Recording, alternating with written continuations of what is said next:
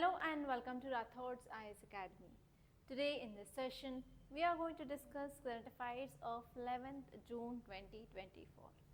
So here I am taking daily edition of Hindu. So whichever edition you are getting, so you can go to that edition. So there will be no problem with changing of editions. So this is the front page of our Hindu paper today. So let us hunt which are the articles which are relevant from our examination point of view. So in this front page, so we have one important article. So if you see this title, it says nearly 4,000 migrant workers in Manipur given security, says Byron. So this article is talking about 4,000 migrant workers, they got security. So here this article is very important from your UPSC point of view, because if you see about employment, if you see about employment in India, so we have two types of employment opportunities. So first one will be formal, and this formal is also called as organized, and second one is informal. Informal is also called as unorganized sector. Okay, so we have formal or organized and informal or unorganized. Majority of Indians, about 90% of workers, they are working in informal economy or unorganized sector. So what is the disadvantage? So if you are working in this informal, you will be not having any social security. There will be no social security. So this is the problem. And why we have to connect this article with this informal economy? So mostly migrants. So migrants, they will comes under this informal sector, and because of this they will be not having any social security benefits. So now this article says that yes, around 4,000 people, they got this security. Okay, now let us see this topic in detail. Okay, let us see the notes of this topic.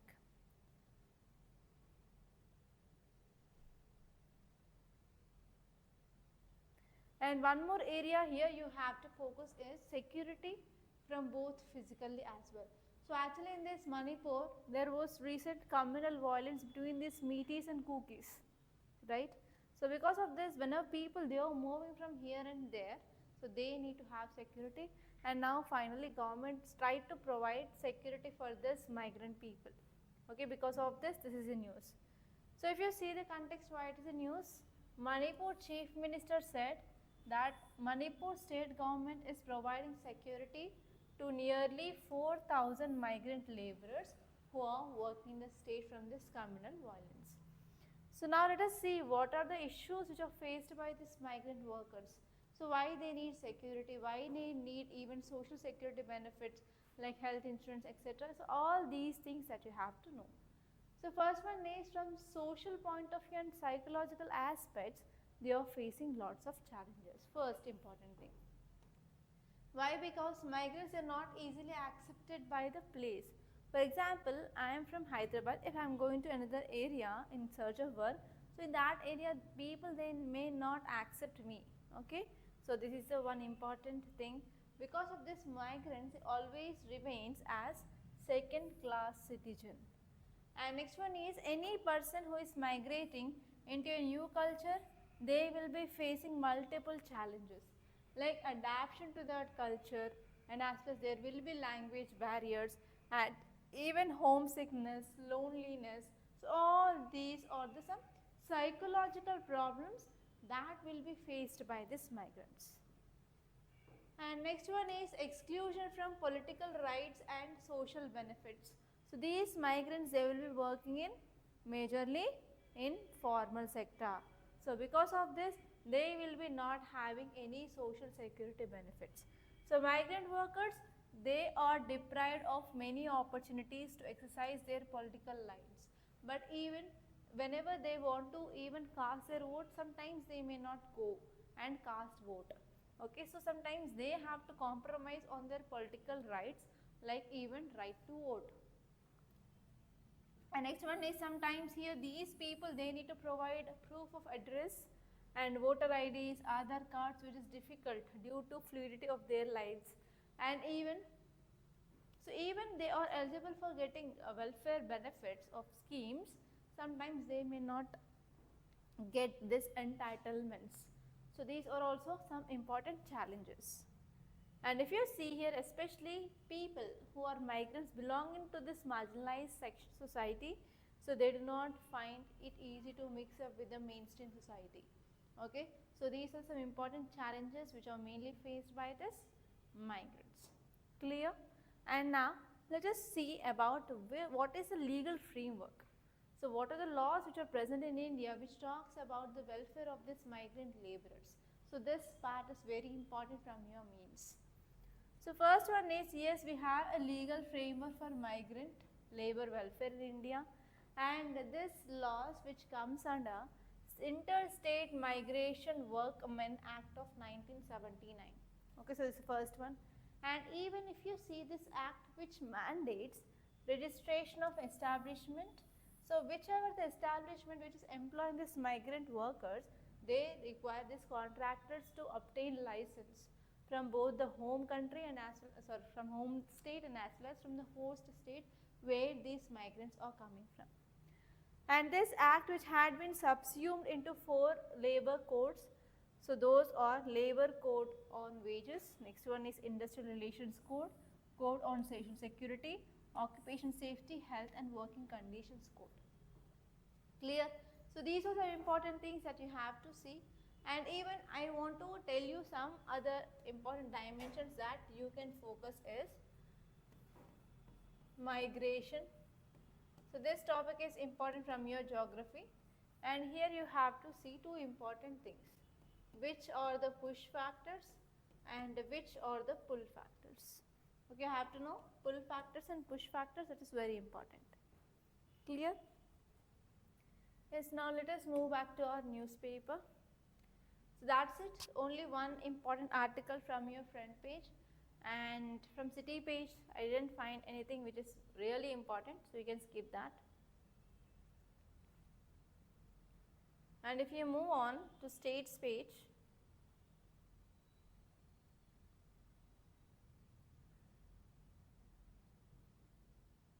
entirely advertisements in our Hindu, how it became commercial.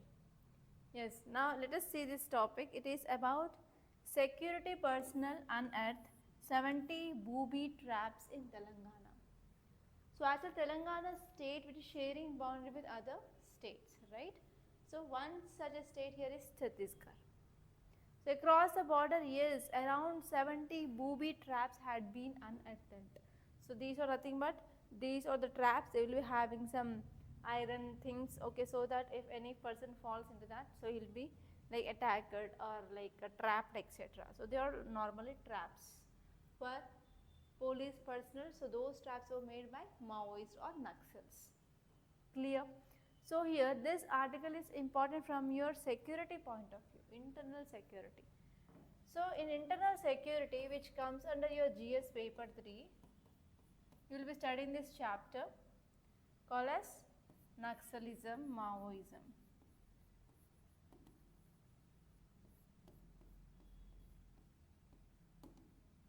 You will be studying this Naxalism, Maoism. So here you have to see different dimensions. First one is, what is this Naxalism or Maoism? What are the reasons for this Naxalism or Maoism?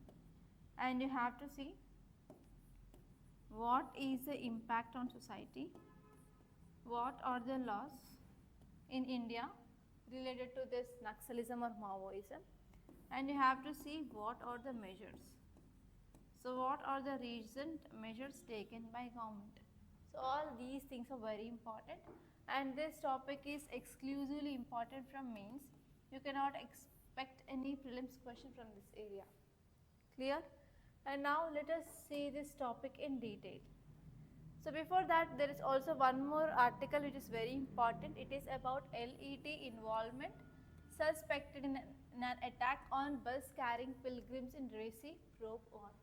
So actually recently one bus which is traveling to pilgrim had been attacked, and now there is some consumption rate like this LET people had been attacked at that. So here there is a chance of getting question regarding this LET. LET is nothing but Lashkar-e-Taiba. So it is one of the terrorist organization which is functioning from Pakistan. Clear? So here you have to know about this LET for sure. There is a high chance of getting question. So why it is in news? So if you see context, it says that multiple operations were launched to track at least 2 or 3 Lashkar-e-Taiba militant. These people, they are involved in this attacking of bus which is moving towards a pilgrim center in Jammu and Kashmir. Okay, so now let us see some facts regarding this Lashkar-e-Taiba. So Lashkar-e-Taiba is nothing but LET. LET, it is militant Islamist organization. From where it is operating? It is operating from Pakistan and was founded in the last 1980s by Hafiz, Muhammad Saeed and Jafar Iqbal. So these people, they founded this LET. And LET's name translates to Army of the Pure. Okay, it means Army of the Pure, and it is having one important aim. The aim, it is to establish Islamic rule in South Asia, and even there is also one more aim, that is to liberate Muslims under Indian control, especially in Jammu and Kashmir. So these are some important aims and objectives of this LET. Now let us see activities and operations which are mainly done by LET in India. So first one is they start attacking this Kashmir. So because of that, led to eruption of Kashmir conflict between India and Pakistan that had been intensified actually. So LET is heavily which is involved in insurgency against Indian control in Jammu and Kashmir, and even LET carried out number of events, number of attacks on Indian security forces in Jammu and Kashmir.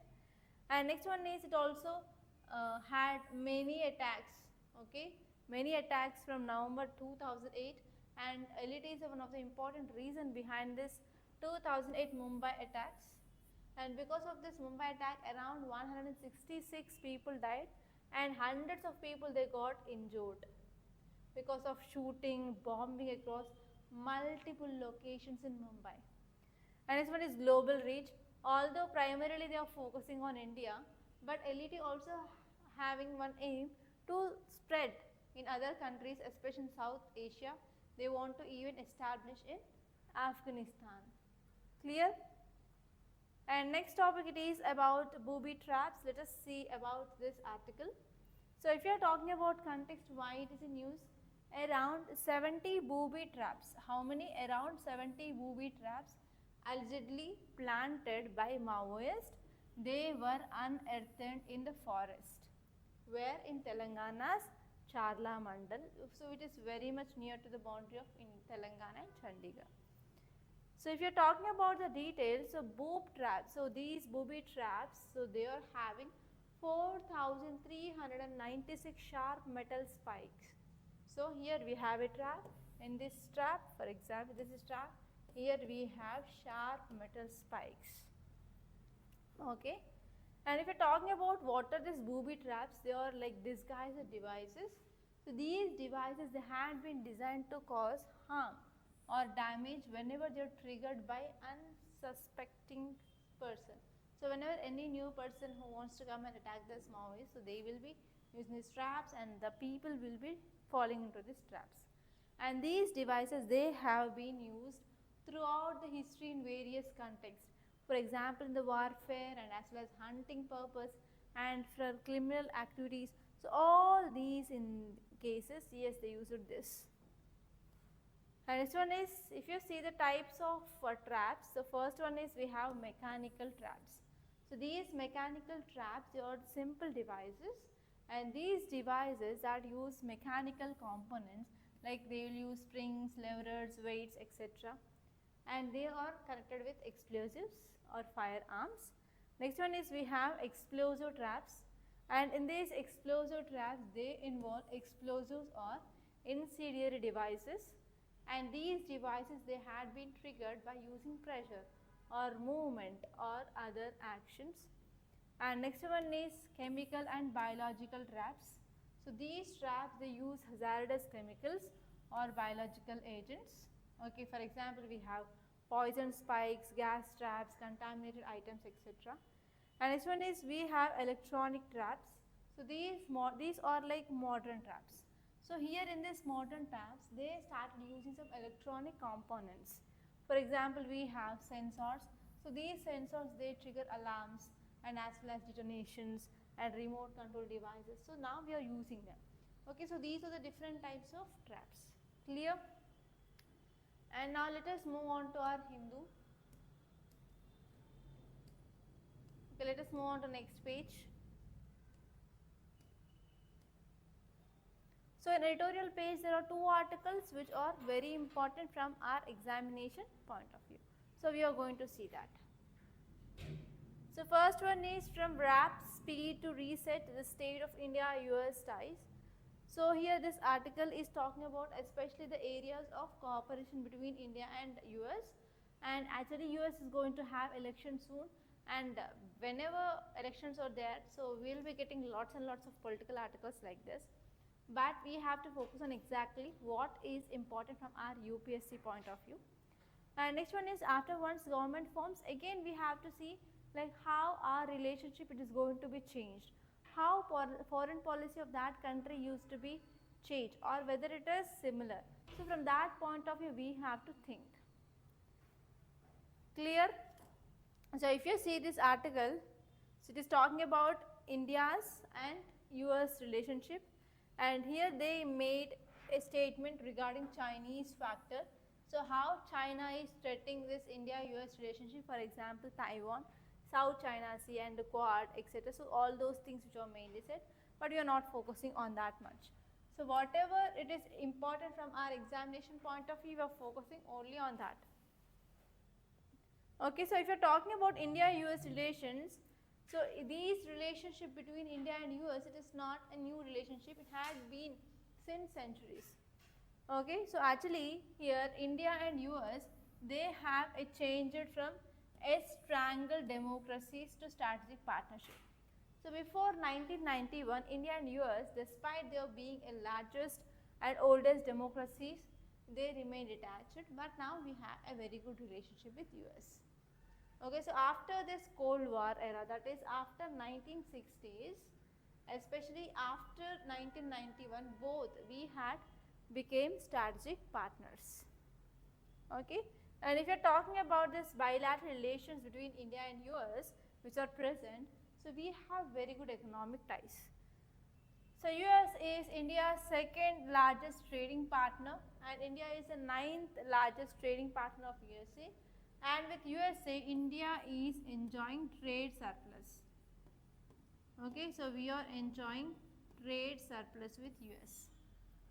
And this one is even we are getting good investments, that is foreign direct investment from USA. And this one is we are also having strategic trade authorization, that is STA with USA. In 2018 itself, India became 3rd Asian nation to get this STA, that is strategic trade authorization 1 status by this US. And this status which will be helpful for export of high technology products and as well as defense from US to India.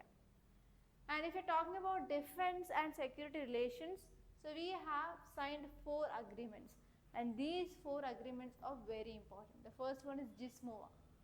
Okay, GSOMIA, GSMOA. So here it is nothing but General Security of Military Information.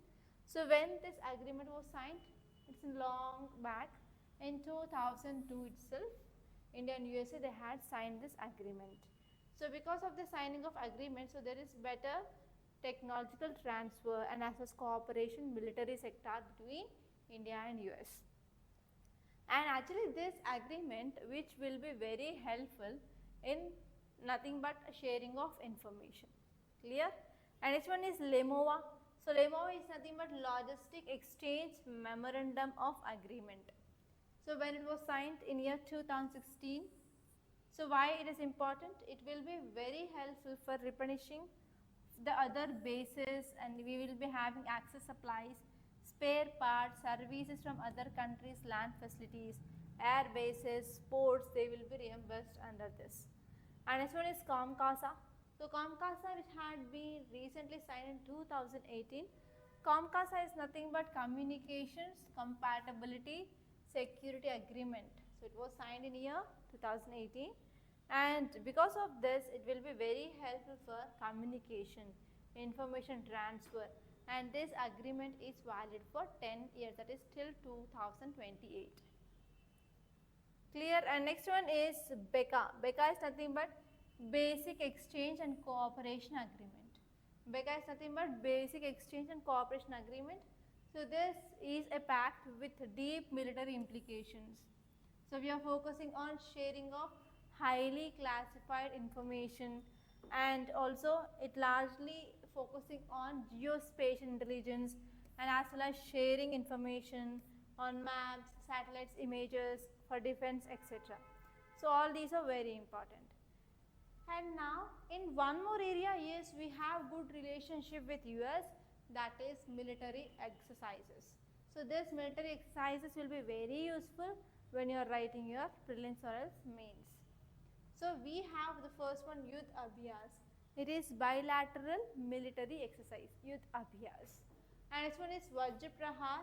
It is a joint military exercise between Special Forces of India and USA, that is Vajra Prahar. And this one is Tiger Triumph, first India-US Tri-Services military exercise. And this one is PASEX, passage exercise between the navies of India and the US in the Indian Ocean region. And this one is Malabar exercise. It is a naval exercise between India, US, Australia and Japan. And this one is COPE India. COPE India is Air Force exercise. So in these areas, yes, you are having very good cooperation. And I want to give you one homework, students. So please let me know what are the challenges between India and US relations. Clear? Yes, now let us move on to our paper, and there is one article regarding a push for more climate action. So this article is talking about UNCLOS. So UNCLOS is nothing but United Nations Convention on Law of Seas. So even in your groups examinations or even 2021 UPSC prelims, so there was question regarding this UNCLOS. Okay, you have to know that. So now let us see this article in detail. So let us focus on what is this UNCLOS. So if you're talking about UNCLOS, that is, apart from that, even you have to know about International Tribunal of Law of Sea also. So because whenever there is any tributary or any dispute, okay, between two countries regarding maritime boundary, they will be going here. So if you're talking about this International Tribunal for Law of Sea, so it is an independent judicial body. So when it was established in year 1982 under United Nations Convention on Law of Seas. So what is the composition of this tribunal? So this tribunal is having 12 independent members, and these members, they were elected by secret ballot by state parties, and each state party may nominate up to 2 candidates. And if you see the jurisdiction, it says it has jurisdiction over any dispute concerning interpretation or application of convention and overall matters which are specifically provided for any other agreement. And actually this disputes, wherever they are going for this tribunal, they are based on delimitation of this maritime zones and as well as navigation related issues, conservation management of living resources, and as well as protection prevention of marine environment and marine scientific research. So these cases will be taken up by this tribunal. And next one is the tribunal is open to state parties to convention and also open to entities other than the state parties like intergovernmental organizations, so which are not parties of this convention, and also state enterprises and private entities, they can move to this. So these are the some important articles that appeared in our today's Hindu newspaper. Now let us haunt our Hindu paper. Let us see any articles which are important. So in this opinion page there is nothing much important, you can leave this. But here in this text and context there is an article regarding special category status for Andhra. So actually here the concept of this special category status for this Andhra, which mainly bought and had been made up by 5th Finance Commission year 1969 itself. Why? Because to benefit some states through special grants from center. Central government will be giving some special grants for the states. To get that special grant, yes, 5th Finance Commission had declared the special category status to this Andhra. And actually 5 factors stood as qualifying benchmark for granting this special category status, and this paragraph is very important. So first one is the state should have majority of tribal population, and next one is there should be very low density of population or hilly states, or that state should have international border, or the state should have a socio-economic and industrial backwardness and even lack of state finances. So in these cases, yes, that state will be considered as special category status state. So even ever since this bifurcation of unified Andhra Pradesh, the residual state is facing the revenue deficit. So because of this, they are still asking for special category status. Clear?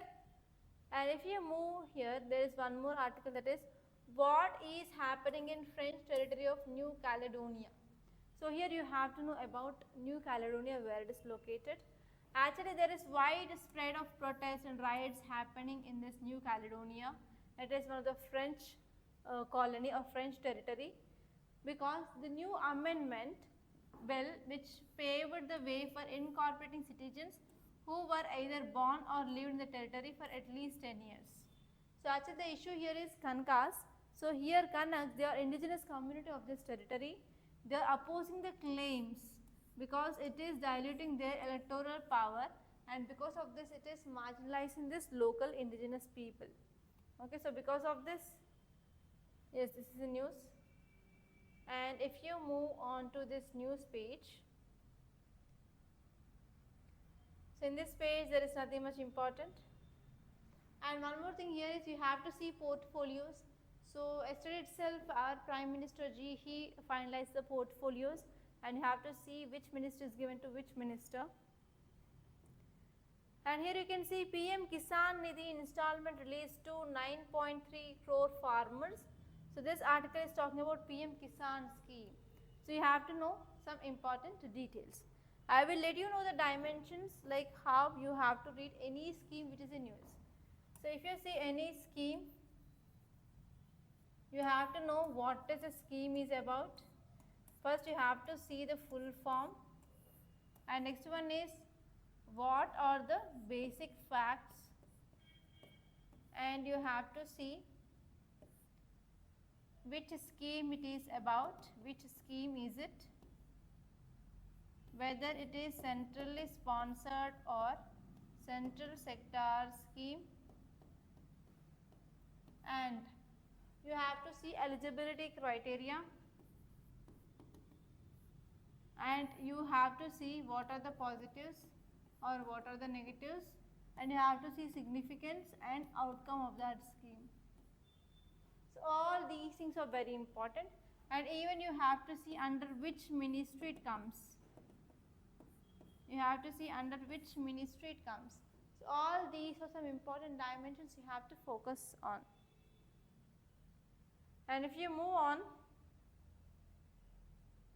yes, here there is one more important article, that is ISRO releases images of sun captured by Aditya L1 during May. So actually the most expected topic of UPSC prelims is Aditya L1, and even in TSPSC, that is TJPSC also, in group 1 there is one question regarding this Aditya L1. And students who came for this prelims mentoring here, so what are the topics we gave? So from that topics they got many questions, and they are about to clear this prelims. So because of this, yes, current affairs is very important to predict which topics that you are going to see in the paper. Clear? So here you have to focus on this Aditya L1 Okay, so what is this Aditya L1? So what are the special features? So what are advantages and which kind of mission is, and what are these language points, language 1, language 2, language 3, language 4 and language 5. So what is the importance of that position? Okay, what is the importance of gravity of sun and moon, sun and earth? So those all things are very important from your science and technology point of view, and you have to focus on that. Okay, so those are very important. That's it. So these are very important articles that appeared in our today's Hindu newspaper. So by this I'm concluding. If you really like this class, hit the like button and please do share this video to your friends, and don't forget to subscribe to Rathods IAS Academy. And one more thing here is admissions are going on still for offline and online classes. So if you want to take admissions, you can call me on this number 8074765513. And even we are also going to launch current affairs course soon, and I will be posting the details of that current affairs course for 1 year, so that you can clear this examination, either prelims or any other group examinations you can clear with that current affairs for sure. Okay, so that's it. And the fee for this online foundation course year is 30,000 rupees, and offline it is 75,000 rupees. So this offer will be persist only for limited time. So if you want to take admissions, you can come and you can take the admissions. And if you want to meet me directly, I will be in the office in Ashok Nagar. You can come to institute and you can meet me directly. So that's all, students. So by this I'm concluding. Thank you so much for watching.